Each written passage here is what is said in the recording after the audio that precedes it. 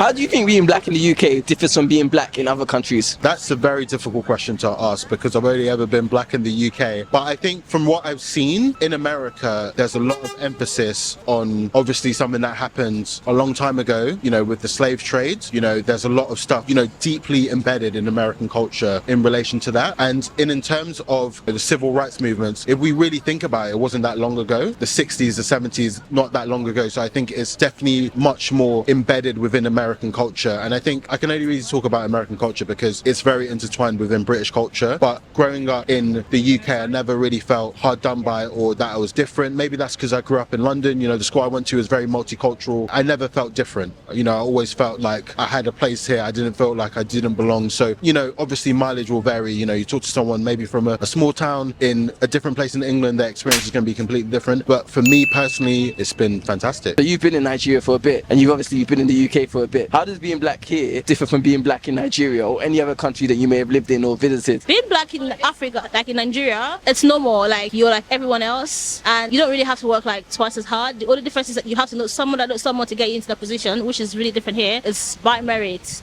So being black here, they have to like extra watch you. Like, for example, like in my building, I think I'm the only black girl that's actually in the house because like the council house. So I think they're wondering how did she get here so fast? Because it's a new build. So you're actually designated immediately from like every other person who are white. So you're just easily singled out from everyone. So that's how it is. When you're black, everything you do tends to count. It's like a witch hunt. So that's the difference. Like you're stigmatized. Like, oh, she might be lying. She might be saying the truth. We might have to like extra investigate to see what she's actually saying, if it's actually true. Unlike when you're in Nigeria, like it's, you know, all same. It's we're one, we're family, we're the same thing. And you know how they think. For example, if I chat to my Nigerian brother and like he knows definitely what to do, what next to do, what next to say to me. But here, you're kind of watching what you say because you might not say something really funny and then they're like, are you being racist or something? The cultural difference is really different because it's out of different backgrounds, different culture, and you have to really be careful about what you say because what you might think is a joke to you is not a joke to someone else. So that's just the difference. But back home in Nigeria, when I say something, like if I talk about a Nigerian accent, you know what I mean.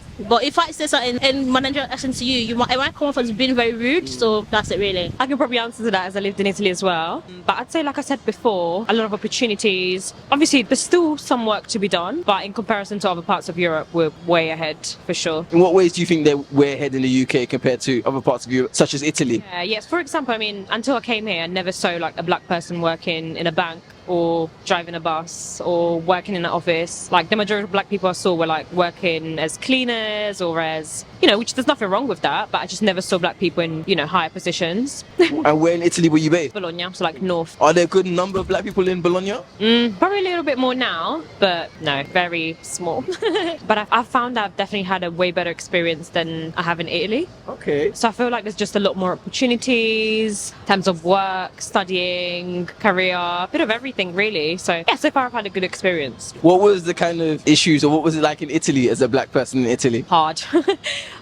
Especially for me, like I'm mixed, so my dad is Italian, my mum is Nigerian, so I grew up with both cultures, but it was definitely very hard as I was probably like one of the only black or mixed children in my town because I come from a small town near a big city, so back in like the early 2000s there wasn't really many black people around. Yeah, so it's quite tough, definitely. What kind of things did you experience? Racism, discrimination, and you know, kids can be quite mean as well, so a lot of that growing up. And then yeah, just people not really understanding where I'm from as well, so being just ignorant towards me as well. I say being black in the UK differs only because the UK is so economically, in comparison to most other countries, quite adept. Because when I've gone to some European countries and they're black, you can tell that they're migrants and they've migrated there or through immigration or some type of means. But being black here, it's almost like its own subculture because we've been able to monopolize off of the wealth of the economy in the UK and then create our own wealth from that through entertainment and media industries. And then yeah, I feel like there's that, but then at the same time it doesn't differ because there's always references, because like even when I go to other European countries, you can tell that we're Africans because we share the same culture and the same practices.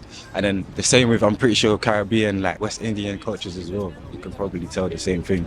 Hi everyone, my name is Korede and I'm embarking on an exciting challenge going from 1,000 subscribers to 10,000 subscribers in 1 month. I need your help to achieve this. I am a YouTuber, I make great exciting videos, traveling, asking people about hot topics. You can check out my videos, subscribe, follow, share and like. Let's hit this target of 10,000 subscribers in 1 month. Together we can do this. Let the internet unite and let's make this happen.